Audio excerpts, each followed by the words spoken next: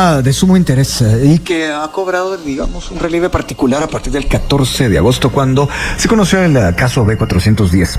Y ahora partimos de una nota de ayer. CEFI señaló que este caso es una muestra de los mecanismos de simulación tributaria que utilizan grupos que defraudan al fisco y que, bueno, engañan o intentan engañar a la SAT. Queremos desmenuzar bien el tema, hacer un desglose de lo que esto implica. Y para ello, dos expertos, uno presencial, otro por la vía telefónica. Aquí en la cabina, el licenciado Abel Cruz, vicerrector de la Universidad Mesoamericana y también consultor del Banco Mundial y ex titular de la SAT. Por la vía telefónica, el doctor Abelardo Medina. Él es experto en tributación y coordinación del área de análisis microfiscal del ICEFI y también fue superintendente interino de SAT. Así que, entre otras cosas, porque ambos han ocupado diferentes puestos. Así que a los dos, gracias por estar acá. Licenciado Cruz, empecemos por una pregunta muy básica. ¿Cómo le explicaría a usted, grandes rasgos, lo que ha ido encontrándose en el B410? Que al principio, hay que recordar el dato, se hablaba de 300 millones de defraudación. Pero siempre se hace la comparación importante para que tengamos una idea, que la línea tuvo el caso de la línea, en abril de 2016 tenía una denuncia inicial de alrededor de 28 millones. De lo que se supo desde el 14 para acá, ¿Qué resumiría? ¿Qué evaluaría usted? Buenos días. Buenos días, Luis Felipe, y buenos días del otro lado de la línea, Abelardo. Luis Felipe, a tu pregunta, a mí me gustaría recordar algo que decía mi mamá. Se es honesto con 50 centavos, con 500 quetzales o con 5,000 quetzales. O sea, no digamos con 5,000 millones. Entonces, más allá del monto, que si la línea era un monto, que los que tenemos un poquito más de años y nos recordamos que si la famosa línea Moreno era un monto, que si el de ahora el grupo Salvavidas, el grupo Salvavidas. O sea, más allá de los montos, yo creo que lo importante es seguir poniendo sobre la mesa, seguir discutiendo lo que sucede alrededor de estas líneas de corrupción, porque son líneas de corrupción íntegras. Es decir, ahorita la SAT sale con este tema, pero atrás de ellas son empresas de cartón, pero constituidas. Es decir, tuvieron que pasar por un registro mercantil, tuvieron que pasar con una serie de abogados, que si no mal recuerdo, el superintendente actual tanto que vive mencionando que más allá de los representantes legales, atrás de esto hay todo un tema de corrupción. Pero lo que creo que tenemos que estar analizando es: tuvieron que ir a un registro mercantil, tuvieron que ir a obtener un REGAE al Ministerio de Finanzas, entran en gestiones con la iniciativa, con el sector público. Porque también aquí hay algo interesante. Esto se está haciendo por cruces del sistema público, pero ¿y cuántas empresas también defraudan dentro del sector privado que entonces no conocemos? Tenemos idea, porque como ellos en este caso no negocian con el gobierno, entonces ahí hay otra línea de corrupción. Pero regresando a esta, alrededor de la misma hay aparentemente una serie de controles que deberían de estar sucediendo, una Contraloría General de Cuentas que debería estar supervisando el avance de las obras y todo esto, una superintendencia de bancos donde, si no estoy mal, hay cheques cobrados en efectivo. En el caso de B410, sí. Entonces, creo yo, a tu pregunta, que más allá del monto, es muy importante estar discutiendo que hay alrededor de este sistema de corrupción tantas cositas. Entonces, no sé, los que hemos hecho administración pública, y Abelardo no me dejará mentir. Bueno, para hacer tal cosa le piden a uno carencia de antecedentes penales, policíacos, colegiado activo, el DPI auténtica. O sea, son tantos papeles. Y entonces, ¿de qué sirve tanto papel si realmente no está habiendo una supervisión, un control y un seguimiento de contrataciones? Bueno, en ese sentido, aterrizo ya en el tema inicial con el doctor Abelardo Medina Bermejo. Doctor, gracias por estar acá. ¿Usted podría describir grandes rasgos el hallazgo del ICEFI en cuanto a este caso y la simulación tributaria utilizada? Buenos días. Muy buenos días, es un gusto saludarlos nuevamente, a ver también. Y básicamente el mecanismo que se utiliza, que es un mecanismo que ya ha sido repetido en varias oportunidades, es que hay un grupo de empresas que tienen un propósito. En este caso, le realizan compras al sector público y el sector público les paga el impuesto al valor agregado. Obviamente, como consecuencia de la transacción que ellos hacen, también debieran pagar impuestos sobre la renta.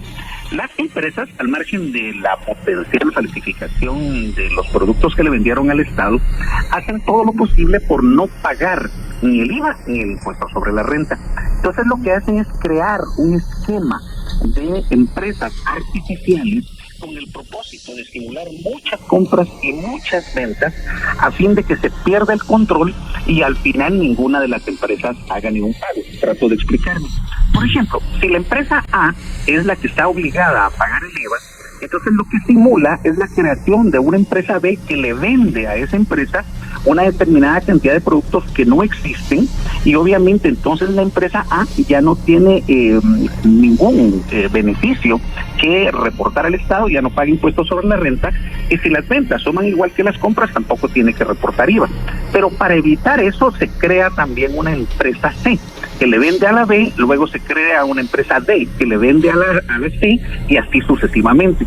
Entonces, los esquemas de simulación que existen actualmente, lo que hacen es la creación de una gran cantidad de empresas artificiales sin sustancia económica, simplemente con el propósito de evitar el pago final de los impuestos. Obviamente, aquí hay un problema de fondo, que lo mencionaba muy bien mi colega hace un momento. El punto es que la administración tributaria debiera, antes de darle la facultad a cualquier empresa para emitir facturas, verificar el domicilio fiscal y la existencia real de estas empresas. Lamentablemente en el pasado, algunos superintendentes y algunos funcionarios decidieron dejar de supervisar eso antes de darle la facultad a la empresa de facturar. Y eso obviamente causa un ruido muy grande, porque después, ya cuando empieza la facturación, hay que andar persiguiendo a la empresa para tratar de identificarla, para hacer auditorías, pero no existe. Entonces, sí, totalmente de acuerdo, es un esquema que debiera tratarse desde ya para corregir, pero lo que existe básicamente es un mecanismo de estimulación que ahorita yo narré uno de los elementos más comunes, pero hay otros. Cuando sí existen parcialmente las empresas que les venden a las empresas primarias, digámoslo, a las empresas centro, incluso las empresas primarias también pueden tener parcialmente actividades. Entonces es un complejo andamiaje de planificación que lo que trata es de disfrazar lo más posible para evitar al máximo el pago de impuestos. Bueno, al escuchar a ambos recordé una serie brasileña que describe el caso Odebrecht y la serie se titula, todavía está vigente, El Mecanismo. Aquí está muy claro que hay varios mecanismos y que hay una estructura muy bien planificada para defraudar al Estado. De lo que ha dicho el doctor Medina Bermejo, ¿qué le llamó la atención a usted, licenciado Cruz, como para ahondar en ello? Yo tengo aquí varios apuntes. Sí, por ejemplo, la verificación del domicilio fiscal que se dejó de hacer. No sé qué tengo que decir al respecto. Me encanta ese. Y me encanta el tema del domicilio fiscal porque me gustaría ahorita que los oyentes de Emisoras Unidas se pusieran a pensar cuántas direcciones tienen reportadas. A mí ahorita en lo que Abelardo mencionaba eso, rápidamente se me ocurre.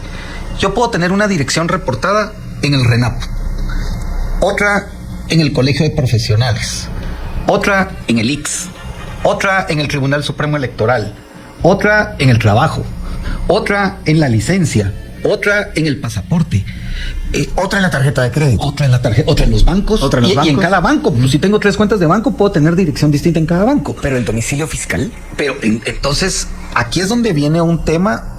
Incluso yo me voy más allá del domicilio fiscal, porque resulta que la ley, si no estoy mal en el Código Tributario, es donde se rige que yo debo de reportarle a la administración tributaria mi domicilio fiscal. Como bien dice Abelardo, distintos superintendentes, distintas políticas.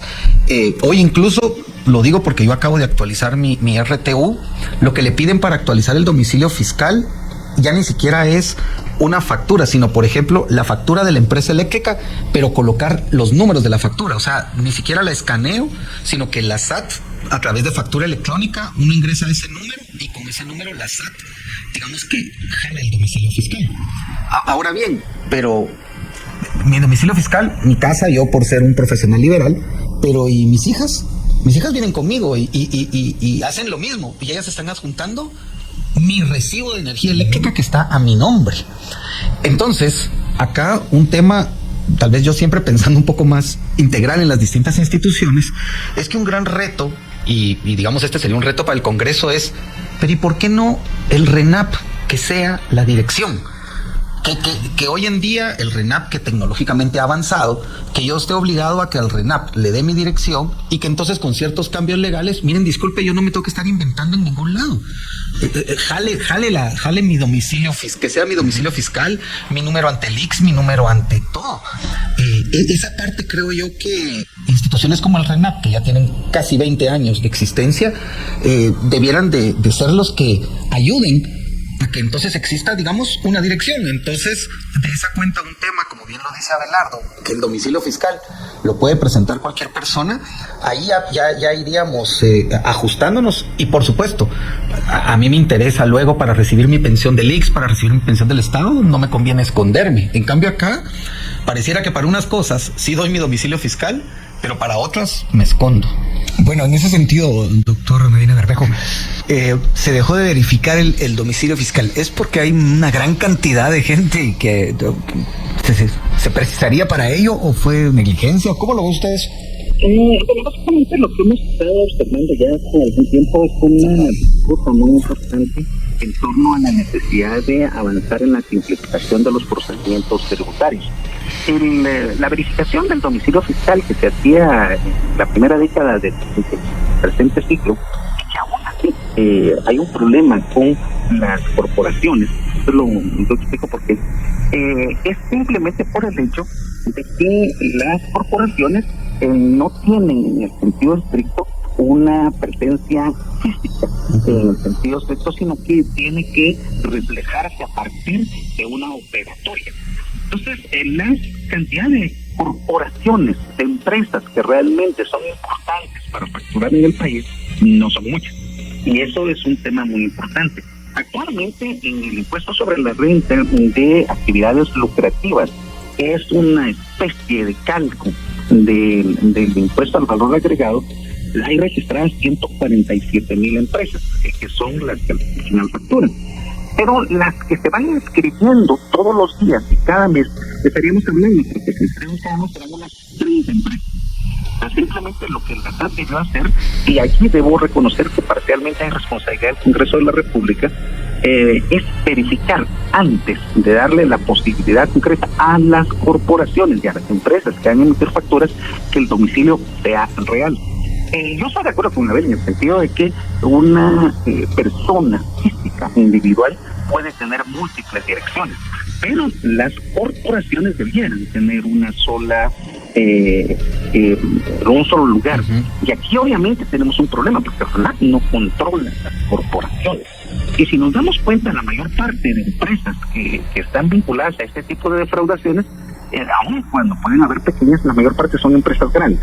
Entonces, sí, uno de los problemas más urgentes que la SAT debiera adoptar como política de administración pública, aquí ya que mi colega está candidato al directorio, habría que considerar como parte de la política de administración tributaria en que la administración tributaria no facilite la incorporación inmediata a la facturación a las empresas hasta que se haya verificado la existencia física, porque de lo contrario vamos a seguir observando este problema que ya se intentó corregir en el pasado cuando se hizo la reforma en el 4/2012 y en el 10/2012, o sea, en 2012, pero el Congreso de la República las quitó de la propuesta de reforma, simplemente precisamente por el hecho de que obviamente no se quiere que haya esa verificación. Es parte de lo que hay que incorporar en la legislación.